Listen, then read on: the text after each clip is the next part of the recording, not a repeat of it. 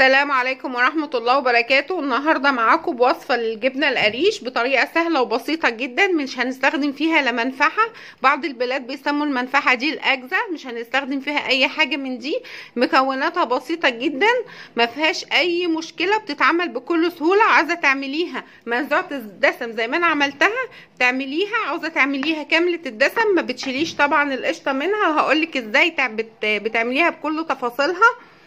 عاوزه تخزنيها بتحطي شويه ملح على الشرش ده اللي طلع منها، وبتخزنيها في برطمان ازاز مع قرن شطه، وبتبقى جميله قوي، بتقعد معاكي وقت طويل.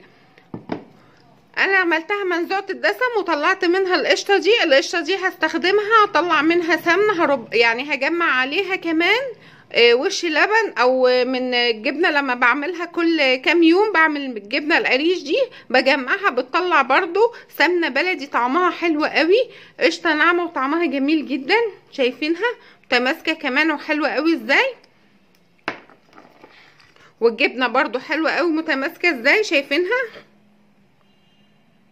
ما شاء الله جميله جدا. يلا بينا هقول لكم انا عملت الجبنه القريش دي ازاي بكل تفاصيلها وباسهل طريقه ليها. يلا بينا كده على المقادير.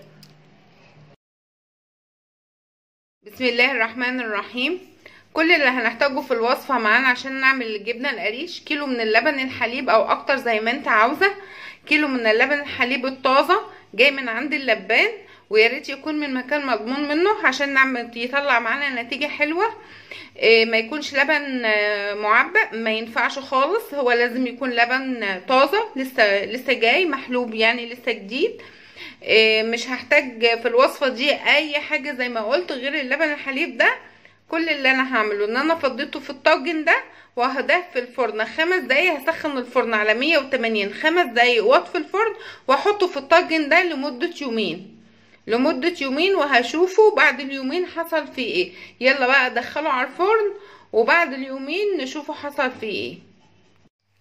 ودي شكلها بعد ما قعدت يومين كده في فرن البوتاجاز في مكان دافي. ما فيش عندك امكانيه تحطها في فرن البوتاجاز زي ما قلنا، نحطها في اي مكان، بس المهم ان انت تبقي مغطياها. نيجي بقى نشيل القشطه اللي اتكونت على الوش، شايفين ده كل ده، دي القشطه بقى.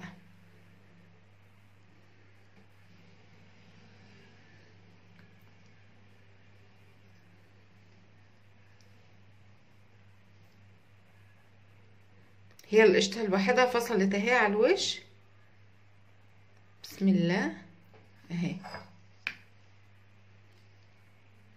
طبعا حسب الكميه، انا عامله طبعا كميه قليله قوي، فهي مطلعه بقى حته جبنه متوسطه.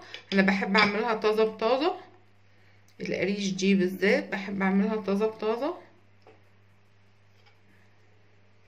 اهي القشطه اهي والجبنه اهي. ده كل ده الدسم ده اللي على الوش. انت عاوزاها بالدسم بتاعها ممكن عادي تسيبي القشطه فيها، بس هو دايما القريش معروفه ان هي خاليه الدسم، وانا برضو عاوزاها كده تكون خاليه الدسم اهي. اجي بقى اعمل ايه؟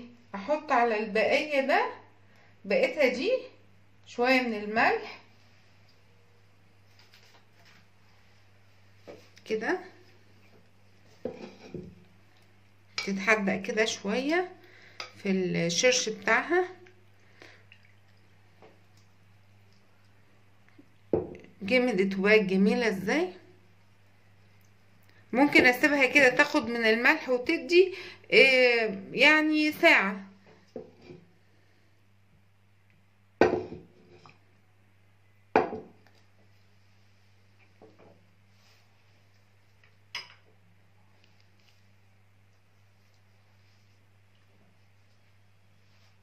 وادي شكلها بقى بعد الساعة اهي. اجيب شاشة او اجيب حصيرة او اي حاجة متاحة واصفي فيها بقى الجبنة. انا عندي الحصيرة دي، انزل فيها بقى الجبنة بسم الله. جميلة جدا، عاملة زي القشطة اساسا. متماسكه وحلوه ازاي.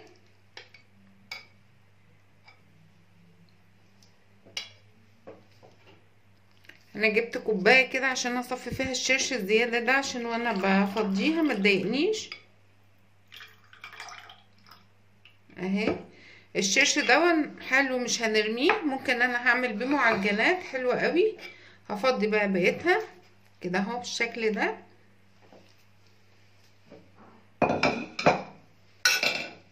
ريحتها جميله جدا. واعمل ايه، ابرمها كده واسيبها بقى تصفي كل الزياده بتاعتها دي للصبح ان شاء الله. شايفين تتعصر ازاي؟ الشرش الزياده اهو بينزل اهو في الطبق كده اهو. اخدها بقى ابرمها في الشاشه او في الحصيره زي ما متفقين كده، المتاح هنشتغل بيه كده اهو. واسيبها بقى تصفي الميه بتاعتها دي كده للصبح، وهنشوف شكلها بقى بعد ما صفت الميه شكلها ايه. ممكن اسيبها 4-5 ساعات تنزل بس ميتها خالص خالص خالص. تمام. اشوفها بقى ان شاء الله بعد 4-5 ساعات. احنا دلوقتي بالليل، انا هسيبها للصبح ونشوفها مع بعض شكلها ايه. بعد ما اتصفت كويس قوي من الميه اهي، الميه بتاعتها اهي اللي هو الشرش اهو. نفتحها كده ونشوفها. بسم الله الرحمن الرحيم اهي، ما شاء الله هي جميله اهي.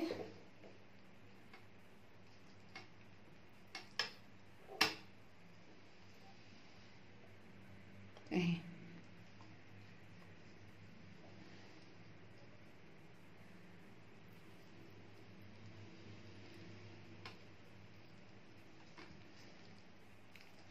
اهي جبنه قريش جميله جدا وحلوه، وعارفين احنا عاملينها ازاي، وصحيه من غير دهون اهي.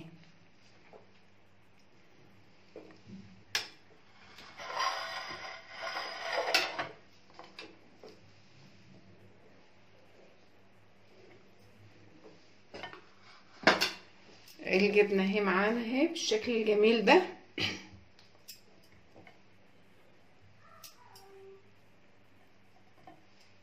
شايفين جمالها اهي، حلوه قوي متماسكه وجميله اهي. شايفينها من الجنب شكلها ايه.